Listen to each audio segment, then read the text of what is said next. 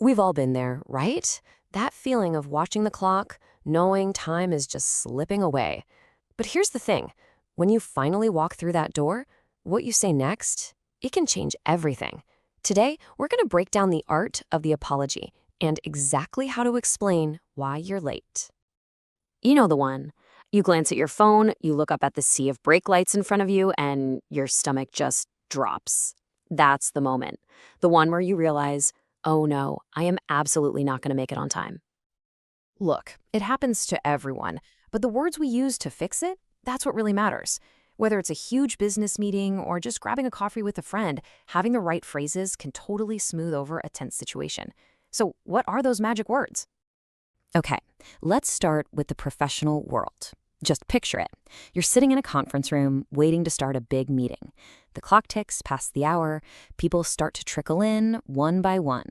So, what's the difference between an excuse that sounds professional and one that just doesn't? A classic you hear all the time is getting tied up. And what's so smart about this phrase is that it paints a picture. It makes it sound like you were held captive by something else that was super important, like you couldn't possibly get away. So when you say you got tied up, you're not saying you managed your time poorly. Nope. You're saying another important professional duty demanded your full attention. It makes you sound busy and in demand, not disorganized. It's a subtle but really powerful shift. Here's another great one. To run over. This is the perfect excuse when you have meetings scheduled back to back. The genius here is that it kind of shifts the blame from you to the schedule itself. And let's be honest, we all know schedules can be impossible sometimes. And you'll notice you can use this for other people too. It's a really professional way to cover for a coworker's delay. It just frames the whole thing as a simple scheduling issue, something that happens to literally everyone. Now let's talk about maybe the most common phrase there is, running late. This is what you say when you're trying to be proactive.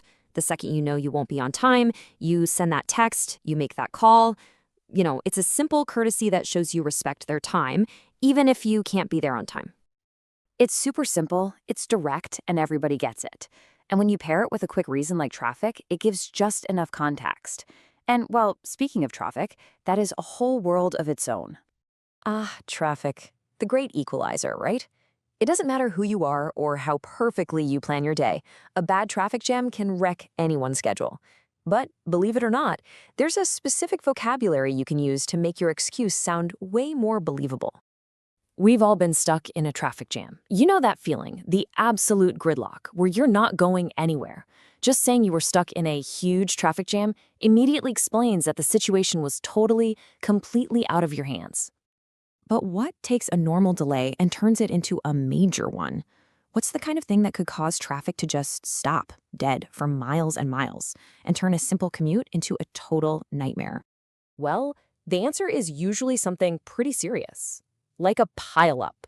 This is not just a little fender bender we're talking about. A pileup is a big, multi-car accident.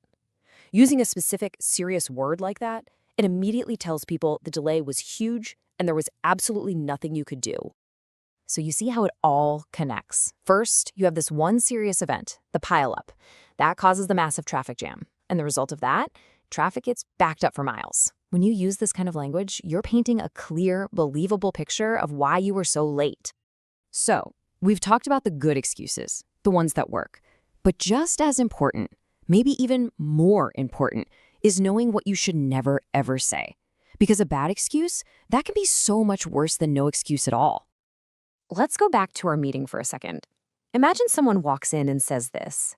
Here's the big problem. The choice. They chose to wait for coffee. That means they decided their coffee was more important than being on time for the meeting. And that's really the heart of it all. A bad excuse is any excuse that shows you value your own little convenience more than the commitment you made to someone else. It's not just about being late. It sends a clear message that you don't respect their time. And that is a message you never want to send. Okay, now for a second, let's zoom all the way out. Because this whole conversation is based on one big assumption, that on time means the same thing everywhere. But you know what? It really doesn't. What's considered punctual in one country might be seen as weirdly early or even rude in another. And you can see a huge difference here. In a place like Germany or a lot of North America, business time is strict. 9 a.m. means 9 a.m., period. But in many Latin American cultures, time is a bit more fluid. A 9 a.m. meeting might really get going around 9:15. And get this, for a dinner party, showing up on time might mean you're way too early. So, what's the big takeaway from all this? It's really about awareness. There is no one-size-fits-all rule for time. The best, most respectful thing you can do is just to understand and adapt to the expectations of whatever culture you happen to be in. Which kind of leaves us with one last thing to think about. In your world, your culture, with your friends and your family, what does on time actually mean? When someone says a meeting is at 9 or a party starts at 6, what's the real unspoken rule? The answer to that says a lot about how we all think about time and what we prioritize.